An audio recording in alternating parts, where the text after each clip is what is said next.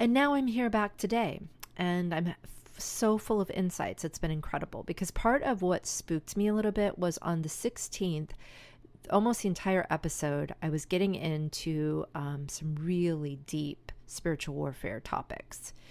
And after that happened, I really couldn't tell if it was one of two things. Either I was over the target, and this is what happens when you try to get the good word out, the good news. A lot of things come against you, most easily technology, right? It seems like the most easily manipulated by certain forces, as some sort of in between this world and the next. Sometimes technology feels like that to me.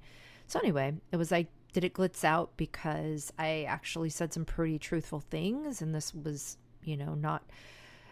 This was a sign of that wasn't able to get out there because I was so right on, or was it for another reason? And this was what I needed more time to think about.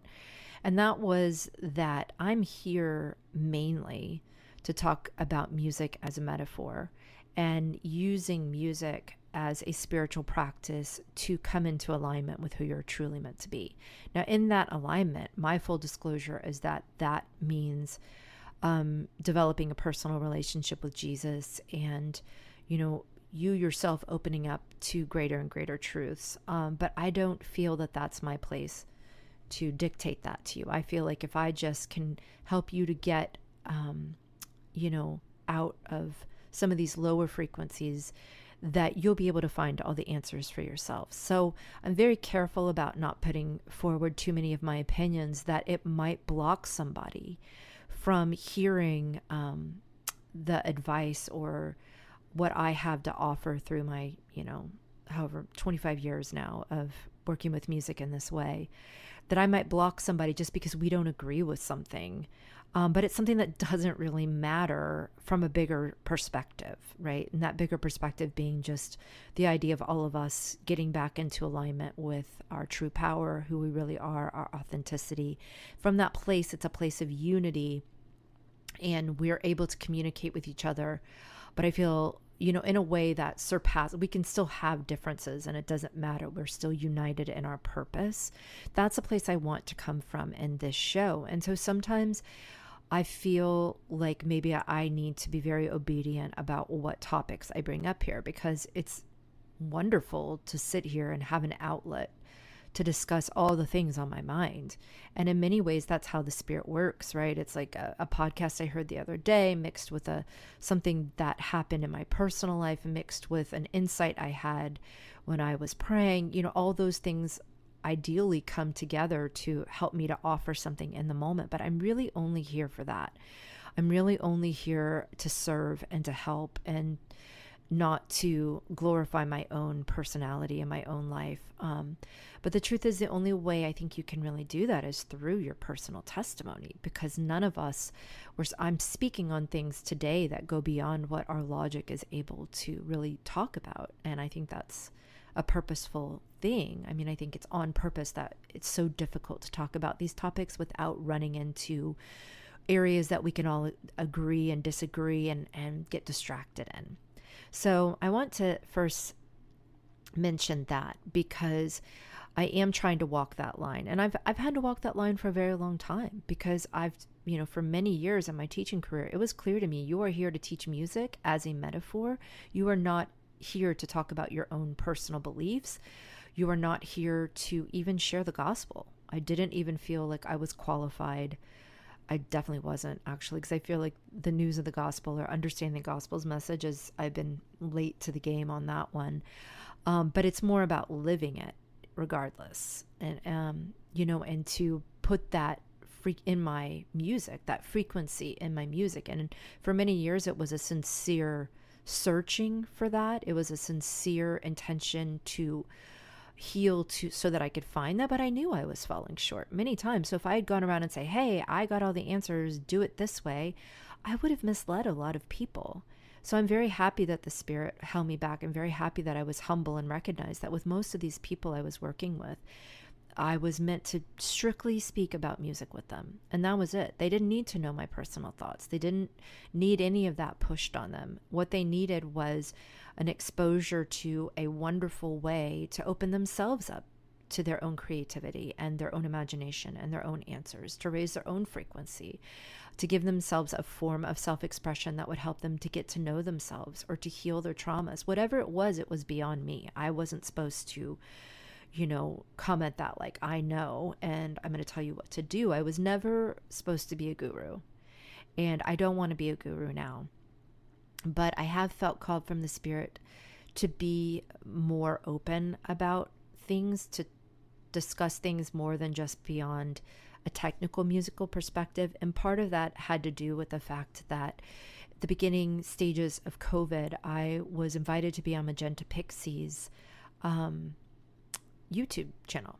I don't know if you know Magenta Pixie. She's got a pretty big following in the alternative New Age world. And I had already by that point kind of outgrown a lot of New Age people, but Magenta's message always really resonated with me. And in particular, I had sent her some music and she had used some of my music in some of her episodes previously. And her husband, Cat's Magic, I just really always connected with as well. So when she invited me to be on the show, it was a wonderful opportunity for me. And I, once again, found common ground. It wasn't about, at the time, it was tricky because it was leading up to Donald Trump.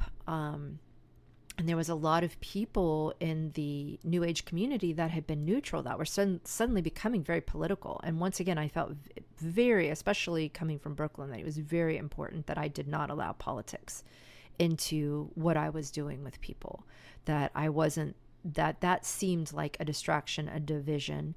And so at that point, Magenta was kind of stepping into that world, and I didn't want to go there with her.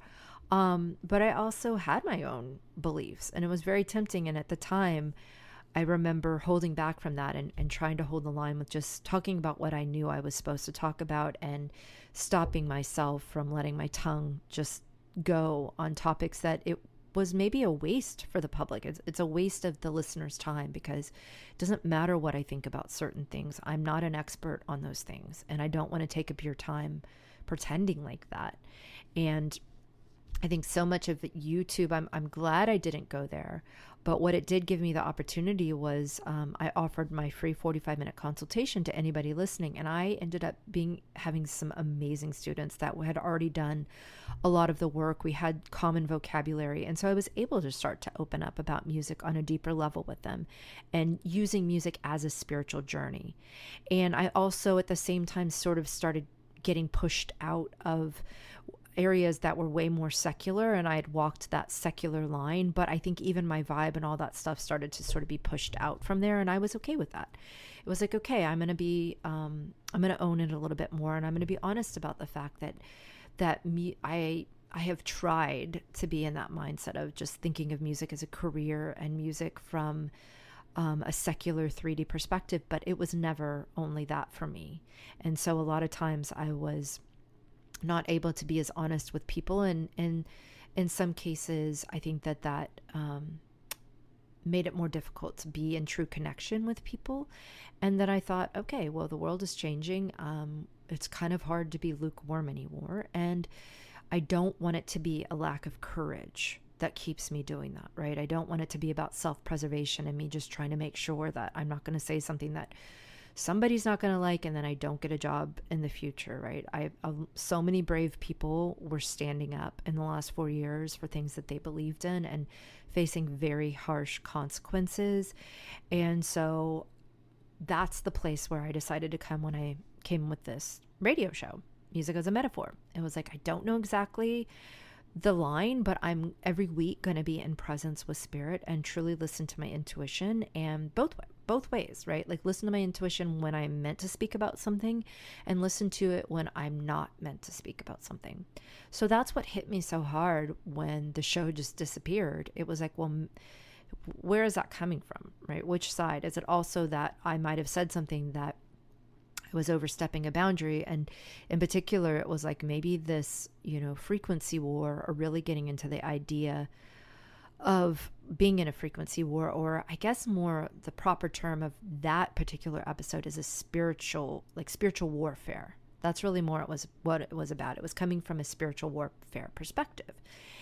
And I thought maybe I'm not meant to go there. But taking some time, listening back, I've gone back and I've started to listen to my earlier episodes. I'm on episode 2, and I'm trying to cut it up into little parts to put on YouTube, because I know a lot of people see an hour-long episode and they don't. I do the same thing. I don't have that time. But if I can cut them up into subjects and sound bites, maybe people would be more interested. So, and I'm doing that on episode 2. I'm like, what am I talking about? I've been doing spiritual warfare from day one. It's just that I've been calling it frequency